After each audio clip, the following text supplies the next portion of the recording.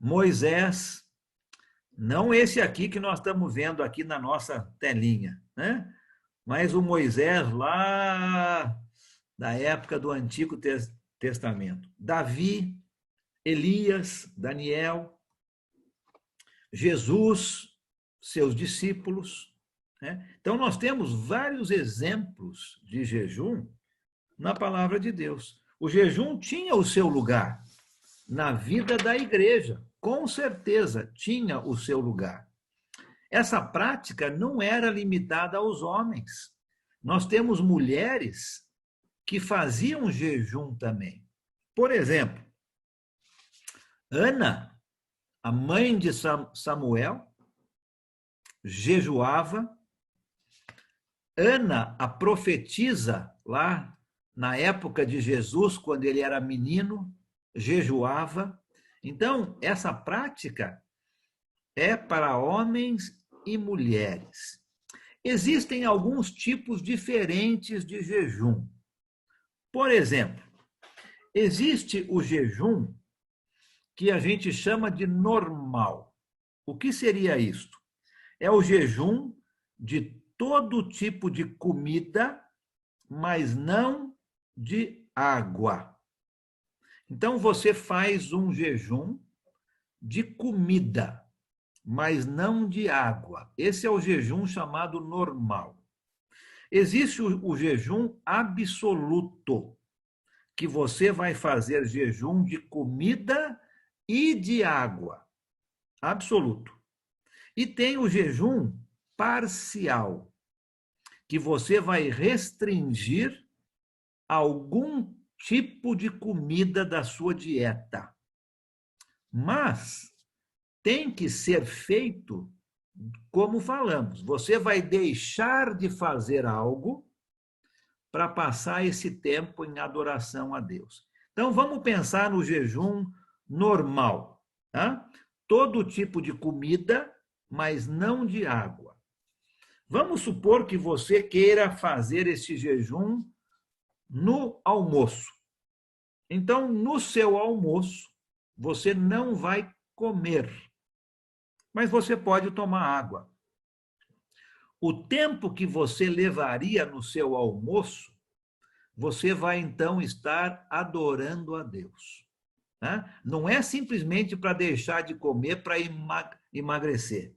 Apesar de que nós falamos que é uma boa razão, né, para se fazer jejum. Mas não é isso que estamos falando agora.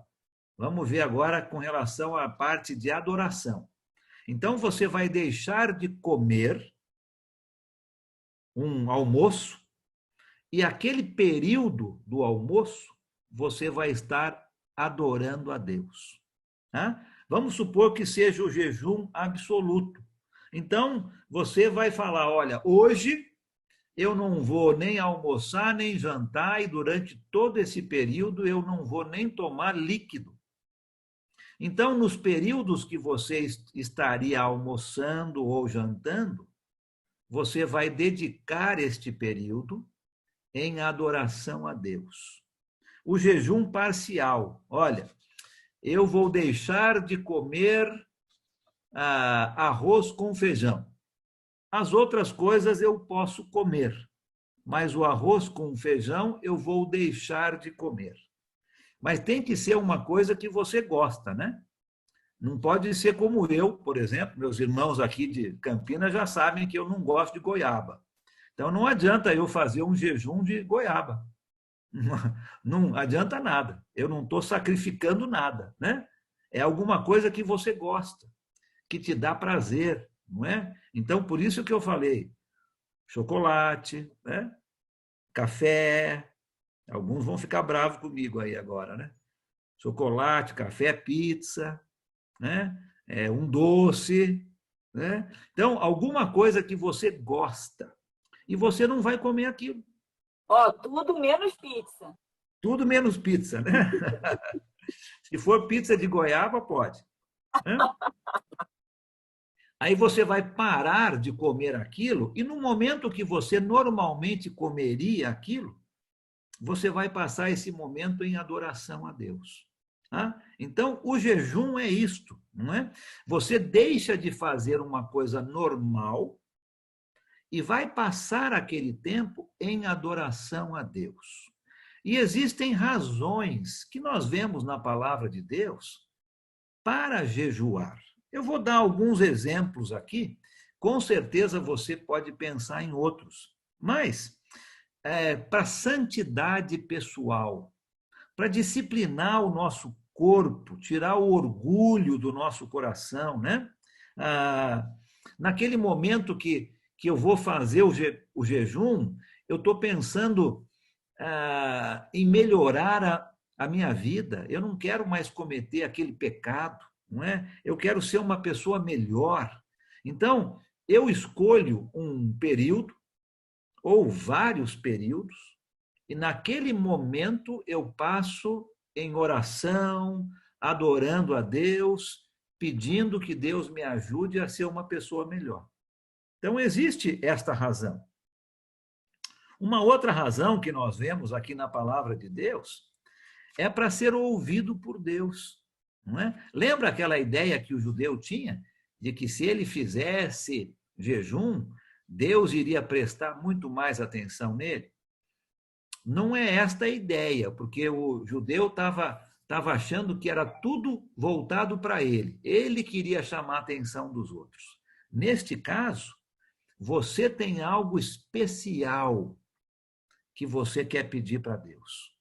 Então, para você ser ouvido por Deus, você vai juntar o jejum, uma penitência, vamos dizer assim, né? Você vai deixar de comer e vai passar aquele tempo orando especificamente para aquilo que você quer que Deus te escute. Uma outra razão que nós vemos é antes de decisões importantes. Quantos de nós aqui jejuamos antes de uma entrevista de trabalho? Orar, a gente lembra, né? Mas associar jejum, acho que muito poucos. Uma mudança de cidade. Quantos de nós jejuamos? Não é? Antes de decisões importantes, vamos ter mais um filho? Ou vamos ter um filho? Ou vamos casar? Jejum antes de decisões importantes. Outra razão era em tempos de dificuldade. Nós já falamos aqui, né? Antes de uma guerra, por exemplo, doenças. Quantos de nós, não precisa levantar a mão, tá? Porque é entre o indivíduo e Deus. Mas quantos de nós estamos jejuando nessa pandemia? Para que Deus acabe com essa pandemia. Em tempos de dificuldade. Existem várias razões para se jejuar. Mas lembra, é entre você e Deus. Ninguém precisa ficar sabendo. Não é para despentear o cabelo, passar aquele negócio no rosto. É entre você e Deus. Deus está vendo você. Né?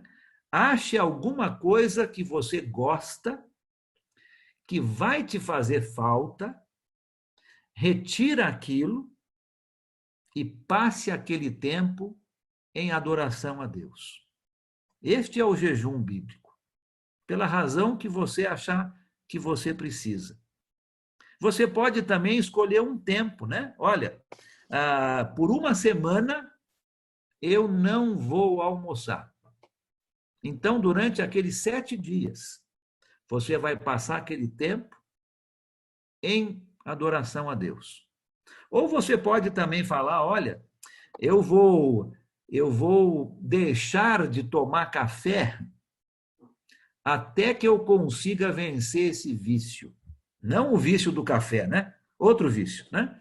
Eu vou deixar de tomar café até eu conseguir vencer esse vício. E toda vez que eu pensar em tomar um café, eu vou parar e vou estar em oração a Deus, pedindo que Ele me ajude com esta minha dificuldade. É uma coisa muito pessoal, né?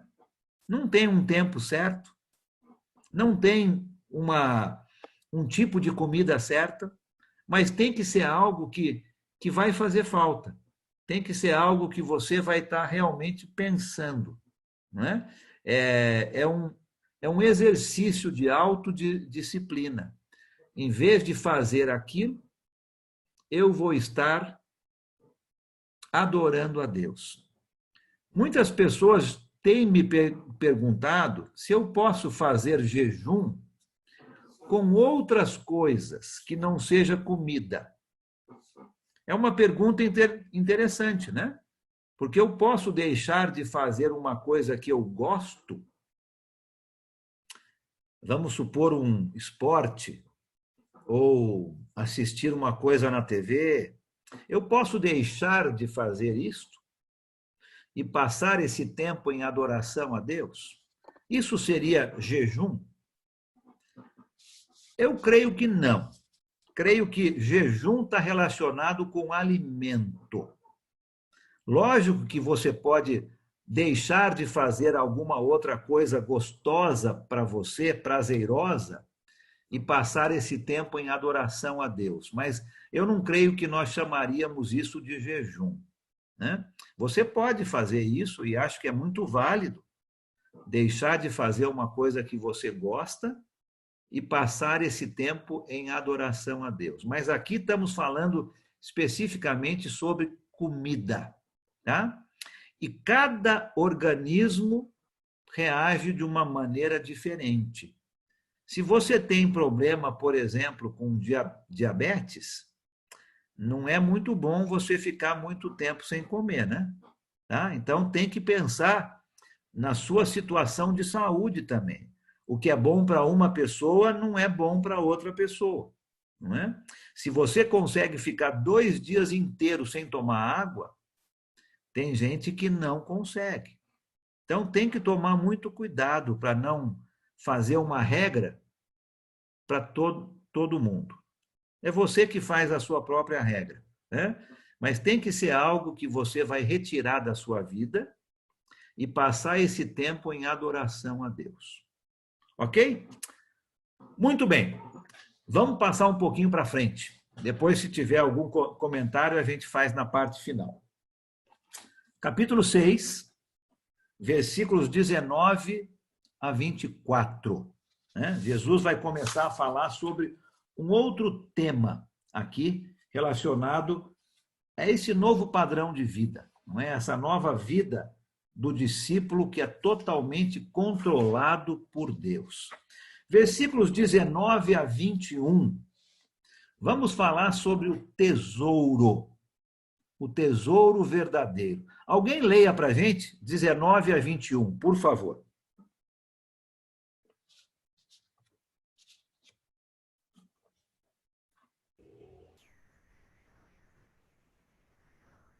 Eu leio, Alan. Pois não, obrigado. Não acumule para vocês tesouros na terra, onde a traça e a ferrugem o destrói, onde os ladrões arrombam e furtam, mas o acumulem para vocês os tesouros no céu, onde a traça e o ferrugem não destrói, e onde os ladrões não arrombam e nem furtam. Pois onde estiver o seu tesouro, aí também estará o seu coração. Os olhos são... É o 21 mesmo, né? Só até o 21. Obrigado, Estevam. Então, vamos falar então sobre esse tesouro verdadeiro, né?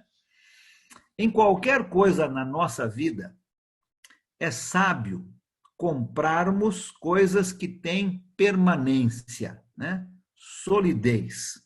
E eu creio que é sobre isso que Jesus está falando aqui nessa parte do Sermão do Monte. E Jesus dá um exemplo de cada uma das fontes de mais riqueza na Palestina. Nossas fontes de riqueza hoje são diferentes daquela época. Então a gente tem que entender primeiro ali dentro do contexto. E Jesus dá as 3 fontes de maior riqueza que alguém poderia ter na Palestina. Primeiro, ele dá o exemplo para se evitar coisas que as traças destrói. A gente tem problema de traça hoje em dia, não é? Naquela época era muito pior, porque uma parte das riquezas que as pessoas possuíam consistia de roupas finas. Roupas finas, elaboradas, eram parte da riqueza das pessoas. Hoje, para nós, isso não tem tanto significado, mas naquela época, se você tivesse muitas roupas finas, você era considerada uma pessoa de grande riqueza. Mas essas roupas eram facilmente destruídas pelas traças. E a beleza e o valor dessas roupas seriam perdidos, não é? Uma roupa fina, cheia de buraco de traça, não serve para muita coisa. Jesus está dizendo aqui, olha, coloque o seu tesouro em coisas sólidas, coisas que permanecem. Se você está colocando o seu tesouro em roupas, cuidado, porque as traças virão e vão roer, vão destruir essas roupas e elas vão perder o seu valor. Jesus também diz para evitar as coisas que a ferrugem destrói. Literalmente, a palavra ferrugem significa ser comido. Ser comido. Naquela época, uma parte das riquezas de alguém consistia no milho, no trigo, nos cereais que eram armazenados em celeiros. Isso era parte da riqueza das pessoas daquela época.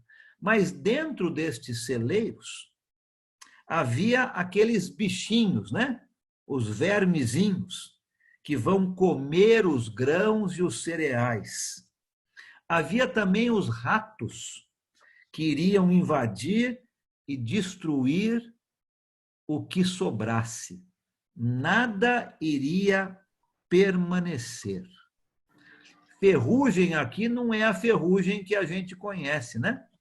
Que vem do ferro, mas é no sentido de ser comido. Os grãos, os cereais, que seriam comidos por esses bichinhos e pelos ratos. Então, se a sua riqueza era baseada nisso, ela tinha uma grande chance de se acabar.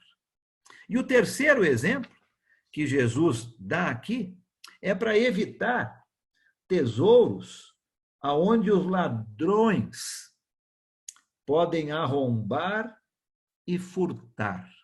Interessante isso, não é? Na Palestina, de novo, onde Jesus está ensinando, as paredes das casas eram feitas de barro. Hoje nós temos alguns lugares onde isso ainda é comum. Naquela época era o comum. As paredes das casas feitas de barro. E literalmente os ladrões entravam nas casas cavando buracos nas paredes. Era assim que eles entravam para roubar. A referência aqui de Jesus é para aquele homem que tem um pouquinho de ouro ou um pouquinho de prata guardado na sua casa. Quando ele retorna, ele encontra um buraco na parede. E os ladrões, então, arrombaram, cavaram e roubaram o seu tesouro.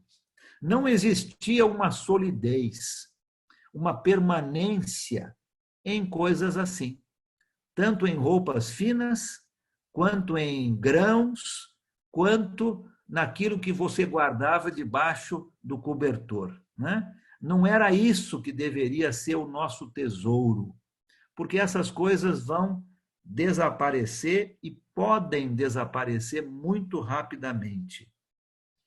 Os judeus, eles estavam muito familiarizados com a expressão tesouros nos céus. Você viu aqui nesse texto? Essa expressão aparece. Isso era uma expressão muito comum para o povo judeu naquela época. E eles identificavam este tesouro no céu com duas coisas. A primeira delas, eles diziam que as suas boas ações, as suas boas obras, aqui na terra, seriam o seu tesouro nos céus. Então, quando alguém falava tesouros nos céus, o judeu identificava com as suas boas obras. Se alguém fosse generoso com aquilo que tinha, ele teria tesouros nos céus. Se alguém fosse ganancioso ou não dividisse aquilo que ele tinha, egoísta, ele iria perder os seus tesouros nos céus. Interessante que, quando a igreja foi perseguida, durante a perseguição romana, as autoridades entraram, isso aqui você tem história, né, da igreja, as autoridades entraram dentro de uma determinada igreja e queriam roubar os tesouros que eles achavam que estavam escondidos ali dentro daquele prédio, daquela casa onde a igreja se reunia. O comandante romano exigiu que mostrassem para ele aonde estavam os tesouros. E aquela pessoa que estava ali recebendo o comandante romano apontou para as viúvas, apontou para os pobres naquela igreja, para os doentes e disse: aqui estão os tesouros da igreja. Não é? Eles associavam os tesouros no céu com suas boas ações. A segunda coisa que eles associavam os tesouros no céu era com o seu caráter. O seu caráter. Quanto maior o caráter de um homem ou de uma mulher, maior seria o seu tesouro. Quanto maior o caráter de alguém, então, mais tesouros nos céus essa pessoa teria. E Jesus, então, está mostrando aqui no versículo 21, né? Aonde estiver o seu tesouro, aí está o seu coração. Se o seu tesouro está nessa terra, nos seus bens, nas suas roupas, no seu cereal, naquilo que você tem dentro da sua casa, o seu coração está ali. Ou seja, o seu interesse. Todos os seus interesses estão na terra. Agora, se você está com o seu tesouro no céu, o seu coração também está lá. Né? As coisas do mundo não vão ter muito valor para uma pessoa que tem o seu coração com as coisas do céu. Pensa um pouco na sua vida, né? Onde é que está o seu tesouro? Nós estamos colocando nossos tesouros em coisas aqui na terra, que um dia tem, outro dia não tem mais? Ou nossos tesouros estão no céu? Alguém leia para a gente o 22 e o 23. Vamos falar um pouquinho de visão, né? De olho. Eu gosto de falar de olho. Vamos falar aqui do 22 e do 23. Alguém pode ler para nós, por favor? Eu vou ler. Posso ler? Pode ler, sim, por favor. Os olhos são a candeia do corpo. Se os seus olhos forem bons, todo o seu corpo será cheio de luz. Até o 24. 23 também, Ricardo. Mas se os seus olhos forem maus, todo o seu corpo será cheio de trevas. Não vai entender. Portanto, se a luz que está dentro de vocês são trevas, que tremendas trevas são. Obrigado. Tá? Então, lembra, tudo que Jesus está mostrando é um novo padrão de vida. Falamos sobre tesouros, né? O verdadeiro discípulo de Jesus, aquele que está seguindo o que Jesus está dizendo, tem o seu coração nas coisas do céu. O seu tesouro está lá, os seus interesses estão lá. Não estão em coisas aqui na terra. Agora, Jesus vai falar sobre a nossa visão, né? a nossa visão. E ele diz aqui que os olhos são a candeia do corpo, né? Os olhos são a lâmpada do corpo. O olho é visto como se fosse uma janela, né? Eu consigo entender assim essa passagem. O olho é visto como uma janela pela qual a luz está entrando dentro do nosso corpo. A cor e o estado da janela decidem o quanto de luz entra no corpo. Se a janela é transparente, limpa, clara, a luz vai entrar e vai iluminar todos os cantos do quarto. Agora, se a janela é distorcida, suja, opaca, pouca luz vai entrar.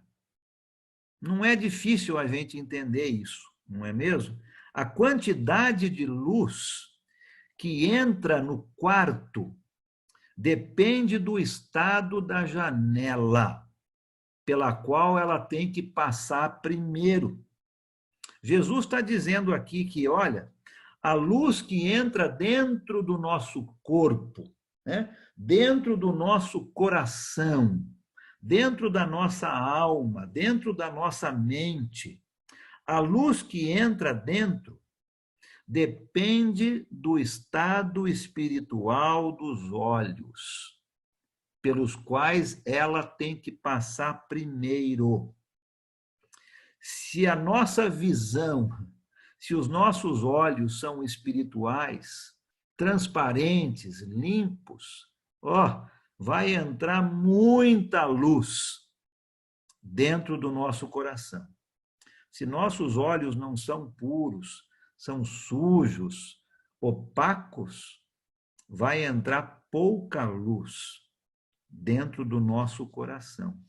E existem algumas coisas que podem distorcer a nossa visão, fazer com que entre pouca luz dentro do nosso coração, né? Esses olhos maus que Jesus fala. Eu penso em alguns, você pode pensar em outros, né?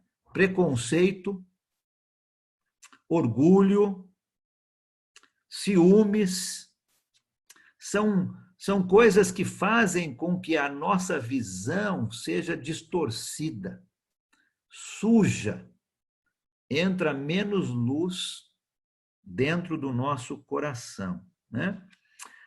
Essa palavrinha traduzida por bons na nossa língua é a palavrinha que quer dizer generoso.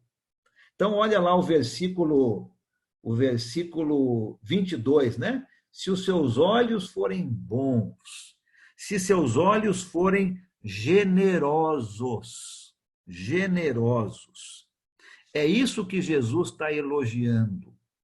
A palavrinha que é traduzida como maus na nossa língua, se os seus olhos forem maus, esta palavra significa invejoso, com má vontade, sem generosidade.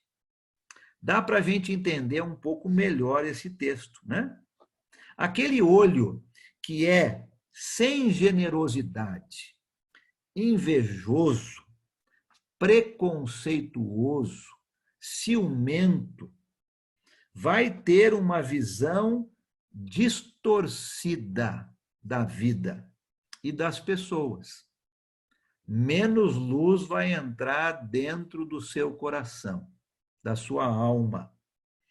Aquele olho que é generoso, bondoso, vai fazer com que muita luz entre dentro do seu coração, da sua alma. E olha, gente, isso é tão real que não existe nada como a inveja e a falta da generosidade para distorcer a nossa visão da vida e das pessoas, não é mesmo?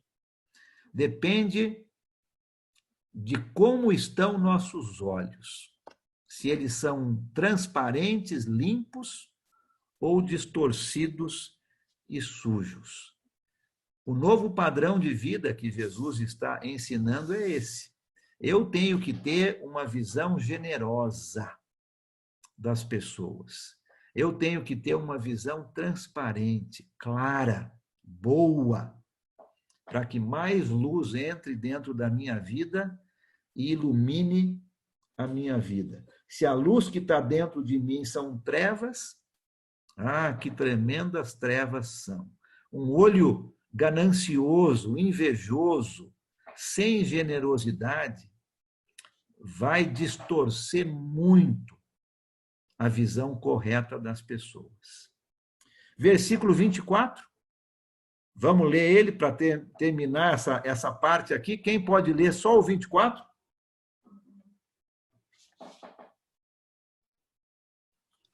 Ninguém pode servir a dois senhores, porque ou há de odiar um e amar o outro, ou se dedicará a um e desprezará o outro.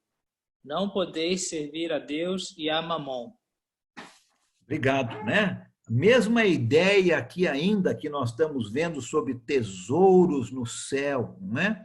Aonde que o nosso coração está? Como que a nossa visão das pessoas está? E agora Jesus vai falar sobre servir. Servir. Um serviço exclusivo. O novo padrão de vida do discípulo de Jesus, este serviço é um serviço exclusivo. Nenhuma pessoa pode ser escrava de dois donos. É impossível isso. Essa seria talvez uma tradução mais ao pé da letra. Nenhuma pessoa pode ser escrava de dois donos. Nós temos que lembrar um pouco da época, né?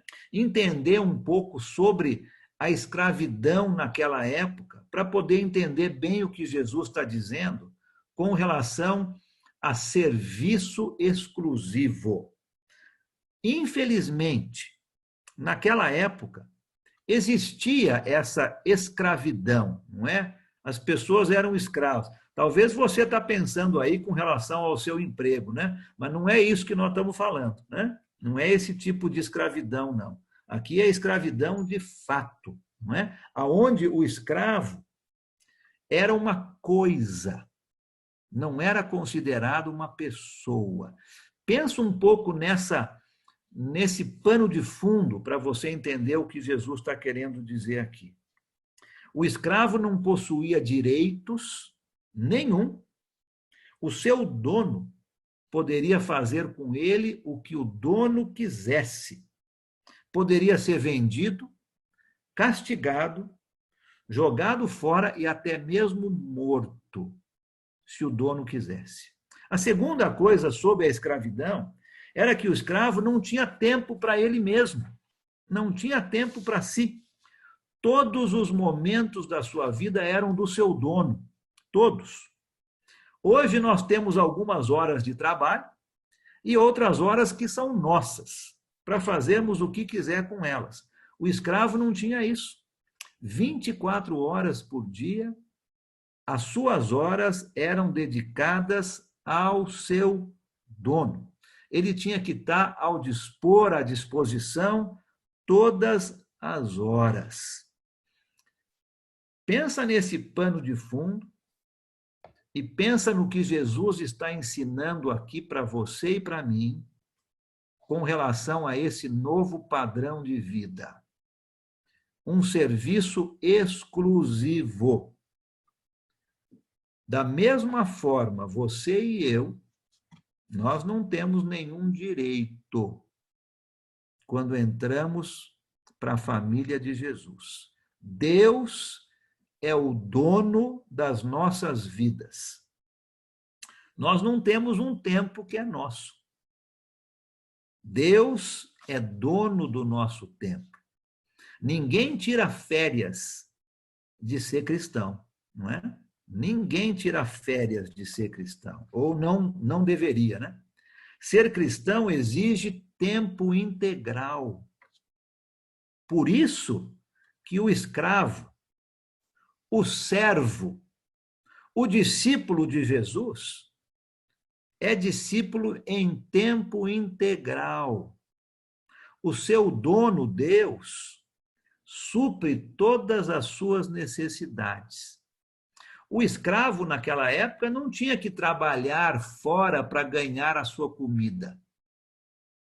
O seu dono supria isso, porque ele trabalhava tempo integral para ele. Eu e você, como discípulos de Jesus, o nosso tempo é integral para Deus. Ele é o dono do meu tempo. É Ele quem manda no meu tempo. Deus supre as necessidades do verdadeiro discípulo. Jesus diz aqui nesse texto que nós não podemos servir a Deus e a Mamon, na tradução aí que o Moisés leu, né? Na NVI, a tradução é dinheiro. Não podemos servir a dois senhores. Mamon era uma palavra hebraica que significava posses materiais. Por isso que a NVI traduz como dinheiro, né? Então, é impossível servir a dois senhores. Não dá. Ou nós servimos a Deus, ou nós servimos as nossas posses materiais. O novo padrão de vida que Jesus veio ensinar está exigindo dos seus discípulos é muito simples aqui, né? Os tesouros são tesouros espirituais, não são tesouros materiais. O cristão que quer servir a Deus, mas está preso com os seus bens materiais, ele não vai conseguir. Ou ele vai odiar um e amar o outro, ou ele vai se dedicar a um e desprezar o outro. É impossível ser escravo de dois donos. Isso é uma ideia totalmente fora do normal. Um escravo pertencia a um dono, não a dois. Eu e você, como discípulos de Jesus, nós pertencemos a Deus. Nós não pertencemos a dois senhores. Não conseguimos servir a Deus e agradá-lo e servir aos bens materiais e agradá-lo. Ou a gente agrada a um e despreza o outro. Não tem como. E se tivermos dois senhores, vamos acabar agradando os bens materiais e desprezando o Senhor Deus. Não podemos agir assim. Deus exige de você e de mim uma dedicação exclusiva, um serviço exclusivo. Somos servos, escravos de um dono só. E ele exige tempo integral. Por outro lado, ele vai suprir todas as nossas necessidades, se o nosso coração estiver no lugar certo, né? Se a nossa mente estiver nas coisas espirituais. Deus vai suprir todas as nossas dificuldades. E ele termina o capítulo 6 com o texto que a gente conhece muito bem. Talvez a parte aqui do Sermão do Monte que a gente conhece mais, né? Principalmente o versículo 33, né? Busque em primeiro lugar o reino e a justiça, e as outras coisas vão ser acrescentadas. Continua com essa mesma ideia de aonde está o nosso coração. Se realmente Deus é o nosso dono, todas as outras coisas serão supridas. Nós não vamos ter necessidade de nenhuma outra coisa, não é? Se nós somos discípulos verdadeiros, nós não precisamos nos preocupar com as coisas básicas da vida, como comida, bebida e roupas. Um texto bem conhecido por nós. Alguém leia para a gente poder fazer o término dessa parte do capítulo 6, depois a gente vai abrir aí para perguntas e comentários, alguém leia do 25 ao 34. Vamos ler o final do capítulo 6 e vamos falar um pouquinho sobre preocupações. Tá? Alguém pode ler, por favor?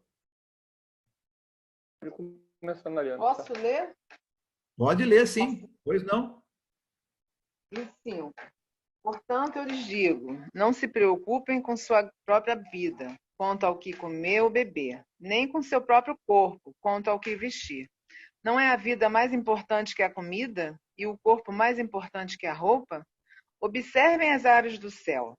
Não semeiam, nem colhem, nem armazenam em celeiros. Contudo, o Pai Celestial as alimenta. Não têm vocês muito mais valor do que elas? Quem de vocês, por mais que se preocupe, pode acrescentar uma hora que seja a sua vida? Por que vocês se preocupam com roupas? Vejam como crescem os lírios do campo. Eles não trabalham nem tecem. Contudo, eu lhes digo que nem Salomão, em todo o seu esplendor, vestiu-se como um deles. Se Deus veste assim a erva do campo, que hoje existe e amanhã é lançada ao fogo, não vestirá muito mais a vocês, homens de pequena fé? Portanto, não se preocupem dizendo: que vamos comer, ou que vamos beber, ou que vamos vestir, pois os pagãos é que correm atrás dessas coisas. Mas o Pai Celestial sabe que vocês precisam delas. Busquem, pois, em primeiro lugar o reino de Deus e a sua justiça, e todas essas coisas lhes serão acrescentadas. Portanto, não se preocupem com o amanhã, pois o amanhã trará as suas próprias preocupações. Basta a cada dia o seu próprio mal. Obrigado. Então, com essa mesma ideia, vamos falar um pouquinho sobre preocupações. Nesses 10 versículos que acabamos de ler, terminando aqui o capítulo 6, Jesus vai mostrar alguns argumentos e defesas contra a preocupação. Jesus vai mostrar aqui que nós não devemos nos preocupar. Difícil, né? Difícil, não é? Alguém uma vez falou: para que orar se eu posso me preocupar? Devia ser ao contrário, né? Mas muitas pessoas agem assim, né? Para que orar se eu posso me preocupar? E a palavra preocupação vem da palavra ocupação, né? Nós estamos ocupados antes do necessário. E Jesus vai mostrar aqui para você e para mim que nós não deveríamos ser pessoas assim. E ele usa nesse texto alguns argumentos. Por exemplo, ele começa mostrando no versículo 25 que se Deus nos deu a vida, ele vai com certeza nos dar o alimento para sustentar essa vida. Se ele já fez o mais difícil, né? Nos dando a vida, ele vai nos dar o que precisamos para sustentar essa vida. Se ele nos deu corpos, com certeza, ele vai nos dar roupas para vestir estes corpos. Então, o primeiro argumento que Jesus mostra aqui é este. Se Deus já nos deu a vida, com certeza nós podemos confiar nele para nos dar as coisas que são necessárias para sustentar essa vida. Comida, bebida e roupa. O segundo ponto que eu vejo aqui que Jesus mostra, no versículo 26, por exemplo, ele fala sobre os pássaros, né? Sobre as aves. Eu não sei, porque eu não sou pássaro. Acho que você também não é, né? Mas eu não vejo o pássaro preocupado, né? Eu não vejo o pássaro ficando com dor de cabeça.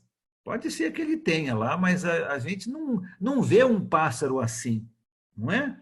Não existe preocupação na vida do pássaro. Eles não semeiam, eles não colhem, eles não armazenam, mas a vida deles continua. O ponto aqui que Jesus está dando Não é que pássaros não trabalham. Pássaros trabalham bastante. Uma vez eu tive a grande bênção de ver poxa vida, esqueci o nome desse pássaro, um passarinho azul. João de Não, Não? não é João de Barro. Um passarinho com uma cor azulada. Sanhaço. Sanhaço, é isso? Isso. Ou então azulão. Uma vez eu vi um sanhaço aqui na árvore, aqui no quintal da minha casa, fazendo um ninho. E olha, quanto trabalho, incansável. Então, o ponto de Jesus aqui não é que os pássaros não trabalham. Eles trabalham bastante, mas o ponto é que eles não se preocupam. Não é? Não se preocupam, não existe neles aquela preocupação de ver um futuro que eles não conseguem ver, de enxergar segurança em coisas que são armazenadas. Olha os pássaros, como Deus cuida deles. No versículo 27, uma outra ideia de Jesus, mostrando que nós não devemos nos preocupar, quando ele diz, né? Quem de vocês, por mais que se preocupe, pode acrescentar 1 hora à sua vida?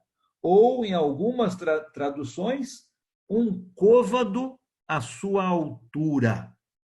Acredito que a tradução aqui que mais se encaixa no que Jesus está dizendo é que nenhuma pessoa pode, por mais que queira, através de preocupação, acrescentar a sua altura.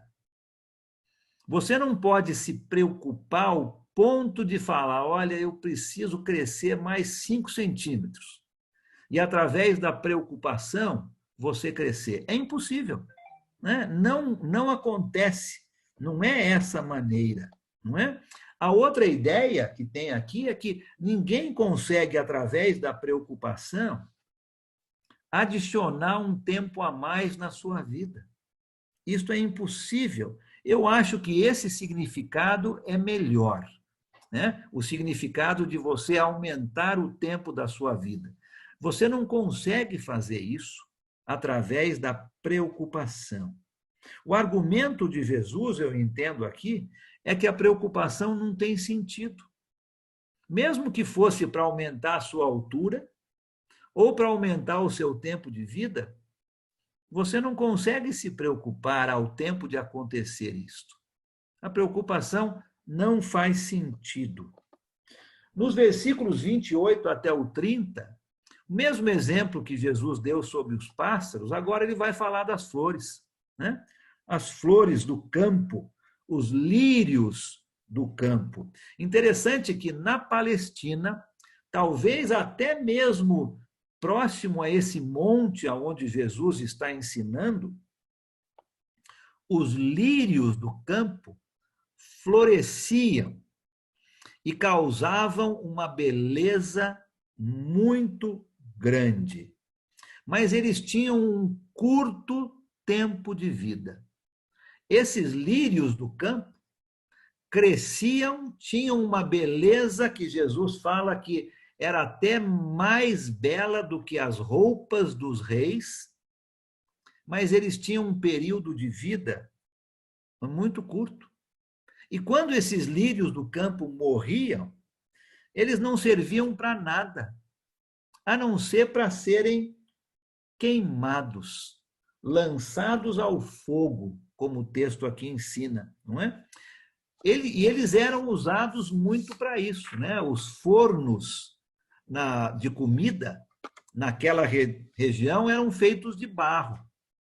Muitos de nós até têm, né, fornos feitos de barro para pão, para coisas assim. E quando você queria elevar a temperatura dentro do forno rapidamente, você pegava um punhado de grama seca ou desses lírios do campo secos e jogava dentro do forno.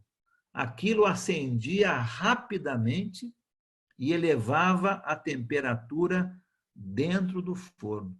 Na maioria dos lugares, esses lírios do campo cresciam por um dia. O tempo de vida delas era de um dia.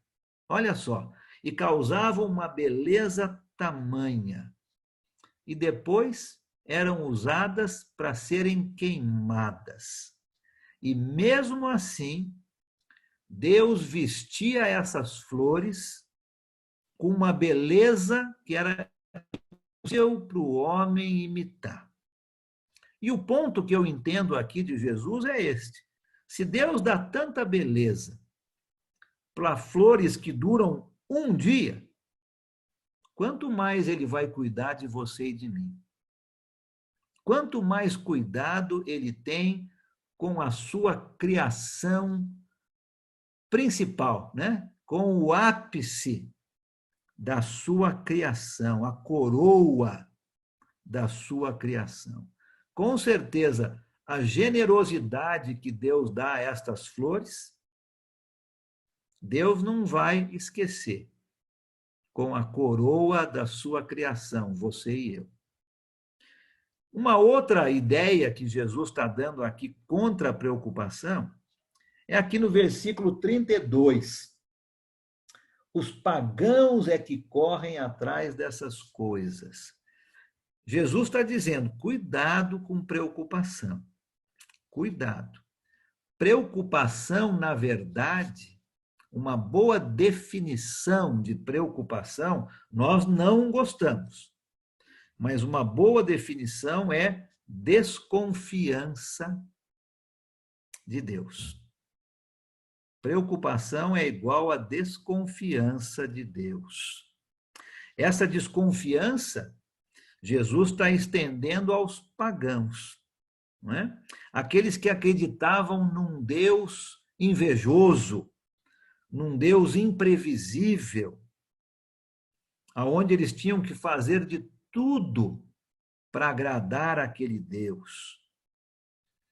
O nosso Deus não é assim, né? O nosso Deus nos dá tantas coisas de presente.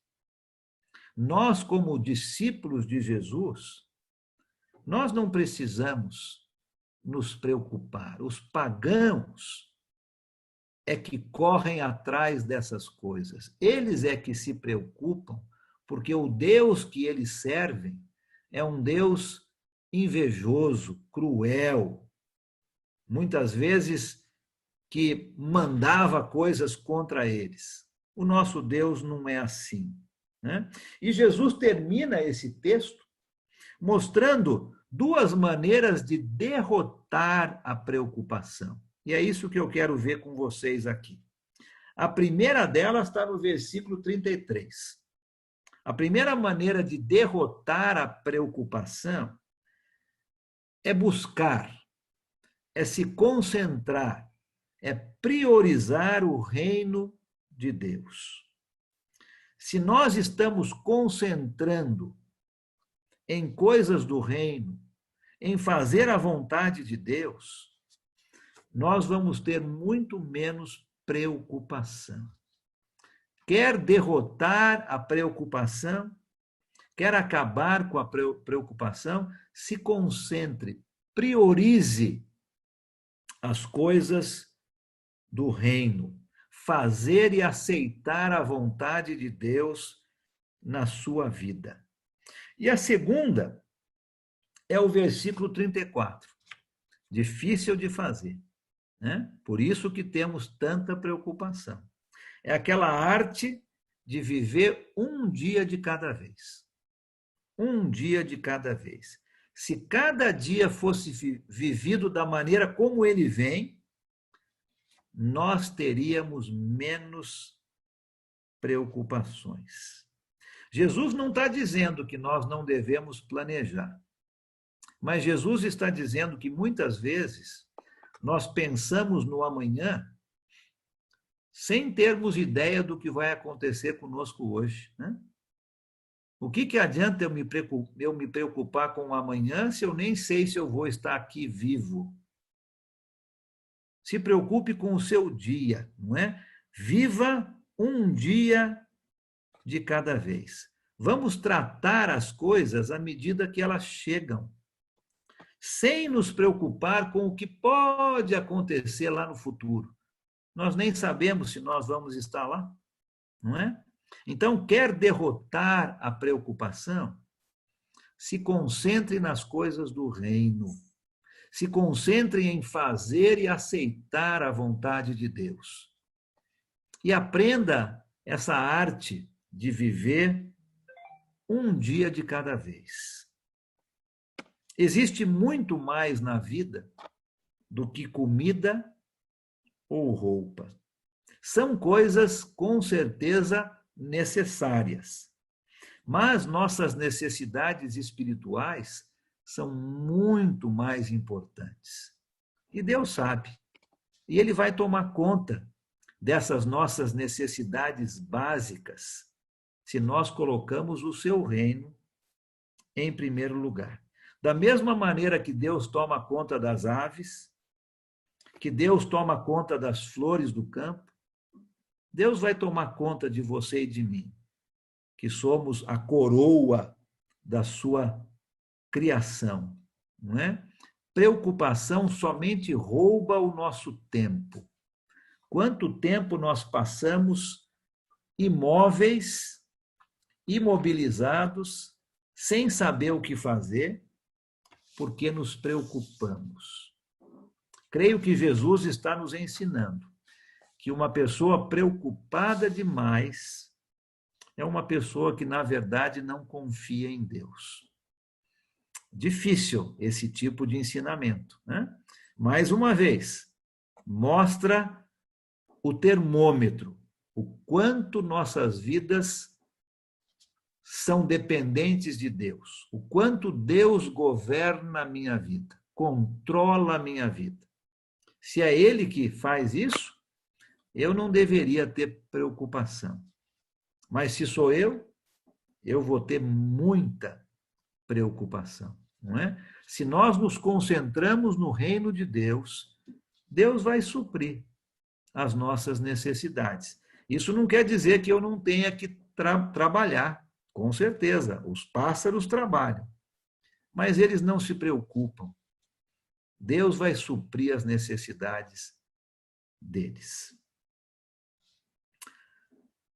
Capítulo 7. Eu vou entrar rapidamente no capítulo 7, porque senão a gente não vai ter tempo. Capítulo 7 tem tanta coisa importante no capítulo 7, mas eu quero entrar rapidamente aqui no capítulo 7, e aí nós vamos ter um tempinho aqui para comentários e perguntas. Tá? O capítulo 7 vai terminar o Sermão do Monte. Nessa primeira parte aqui, nos versículos de 1 a 12, eu quero ver se eu consigo chegar até o versículo 5 agora. Jesus vai mostrar a nossa atitude com relação às outras pessoas. Qual é a atitude do discípulo de Jesus com relação a outras pessoas? Nos versículos de 1 a 5, Jesus vai falar sobre julgamento, sobre ser crítico das faltas dos outros, enquanto não prestamos atenção nas nossas próprias faltas. É muito fácil fazer isso, né? Criticar o outro sem prestar atenção na minha própria falta. Vamos ler os versículos de 1 a 5? E aí eu vou fazer um breve comentário, aí nós vamos ter uns 10 minutos para perguntas antes do nosso próximo intervalo. Quem quer ler para a gente do 1 ao 5 do capítulo 7, por favor? Eu quero ler. Pois não, pode ler. Não julgueis para que não sejais julgados, pois com o critério com que julgardes, sereis julgados. E com a medida com que tiverdes medido, vos medirão também. Porque vês tu o argueiro no olho do teu irmão, porém não reparas na trave que está no teu próprio olho? Ou como dirás ao teu irmão, deixa-me tirar o argueiro do teu olho, quando tens a trave no teu? Hipócrita, tira a primeira trave do teu olho, e então verás claramente para tirar o argueiro do olho do teu irmão. Obrigado, tá? Então Jesus vai falar aqui sobre julgamento, sobre ser crítico da falta dos outros, sem prestar atenção às nossas próprias faltas. Quando Jesus fala desta maneira, como em vários outros aspectos aqui do Sermão do Monte, Jesus está usando palavras e ideias que eram muito comuns para aqueles que estavam ouvindo. Lógico, tem que ser assim, né? Muitas vezes os rabinos, os professores, avisavam as pessoas que não deveriam julgar os outros. E eles diziam que existiam 6 coisas que traziam crédito ao homem.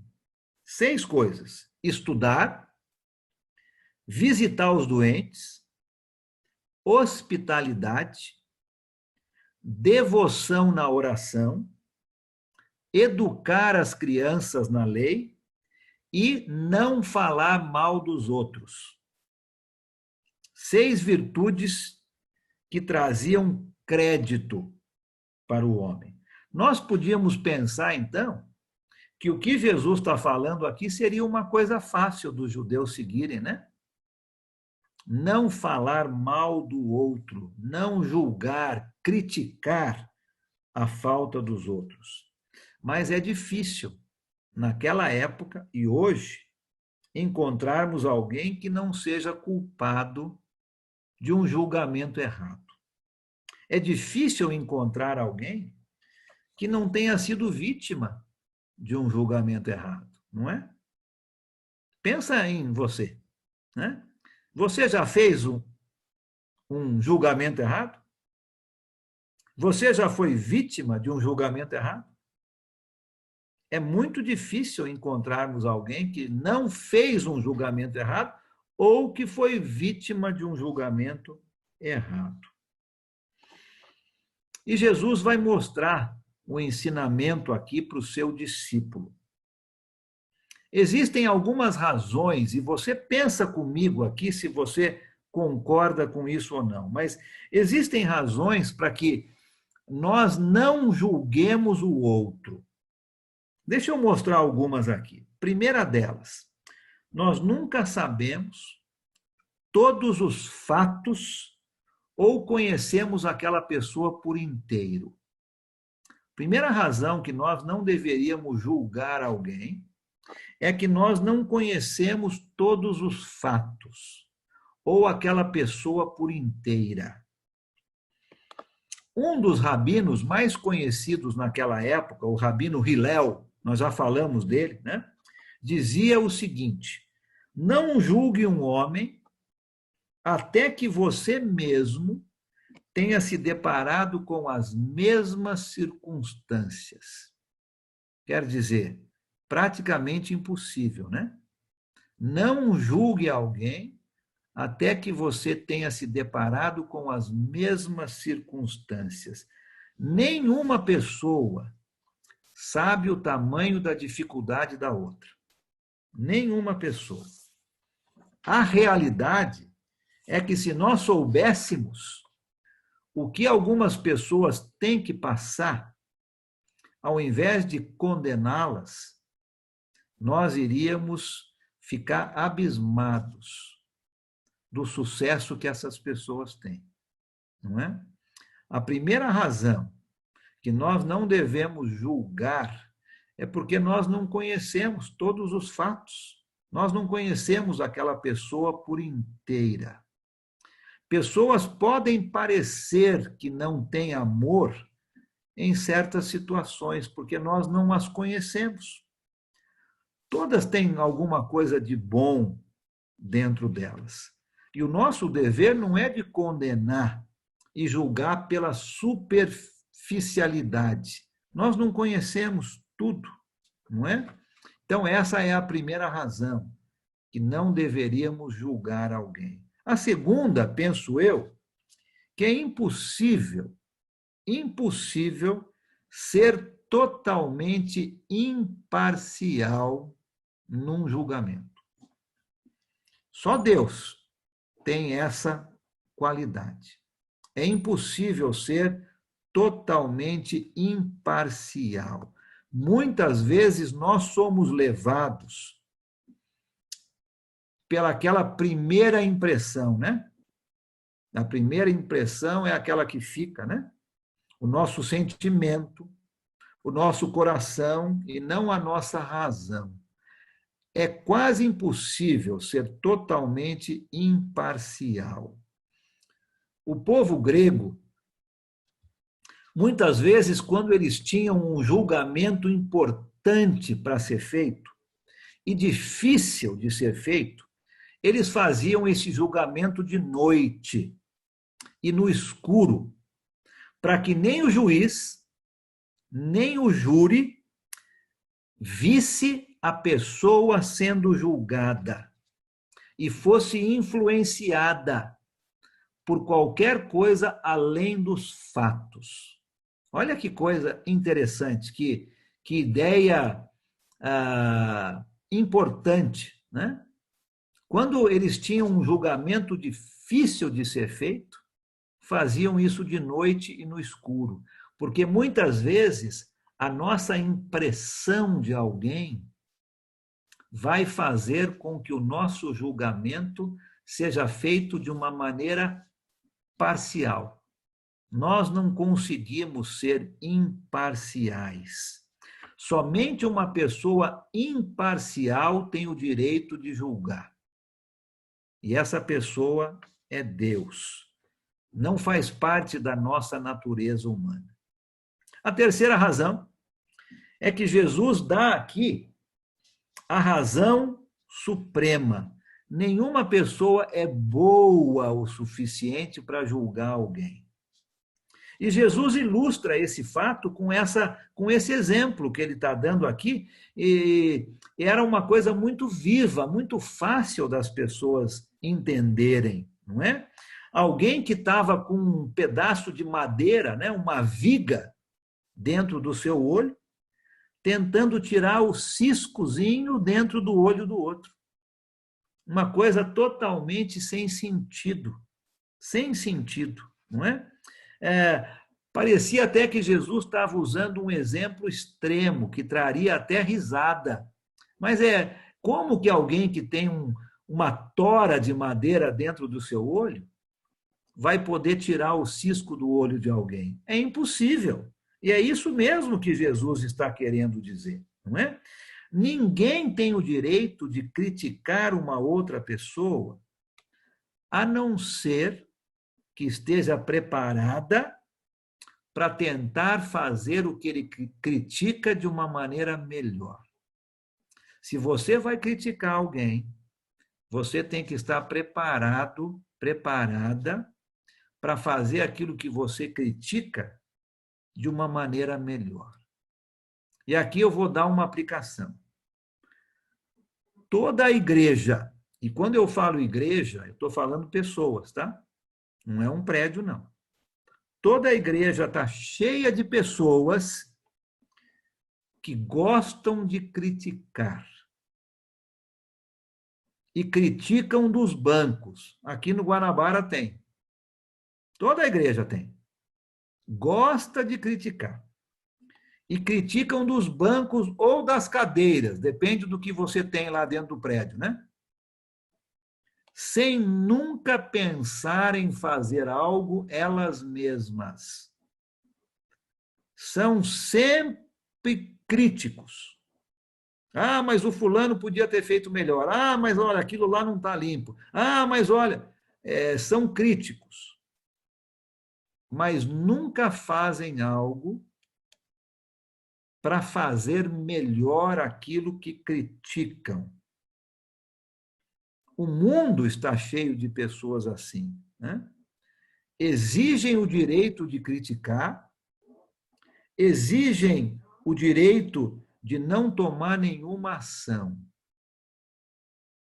Nenhuma pessoa é boa o suficiente para criticar o outro.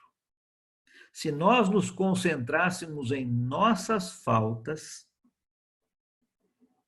e deixássemos as faltas dos outros para Deus resolver, seria muito melhor, né? Pensa um pouco quando você for julgar alguém, quando eu for julgar alguém, quando nós formos criticar. Nós não temos condições de fazer isso. A não ser que você esteja disposta a fazer melhor aquilo que você está criticando. Se você não está, não critique. Tá? 6:50. Vou parar aqui e vamos ver se alguém tem um comentário, alguma coisa que quer falar antes do nosso intervalo um pouco maior, e depois a gente vai voltar e tentar terminar o capítulo 7. Tá? Alguém tem algo que gostaria de falar sobre isso que nós falamos nesse período agora? É bastante coisa que a gente falou, né?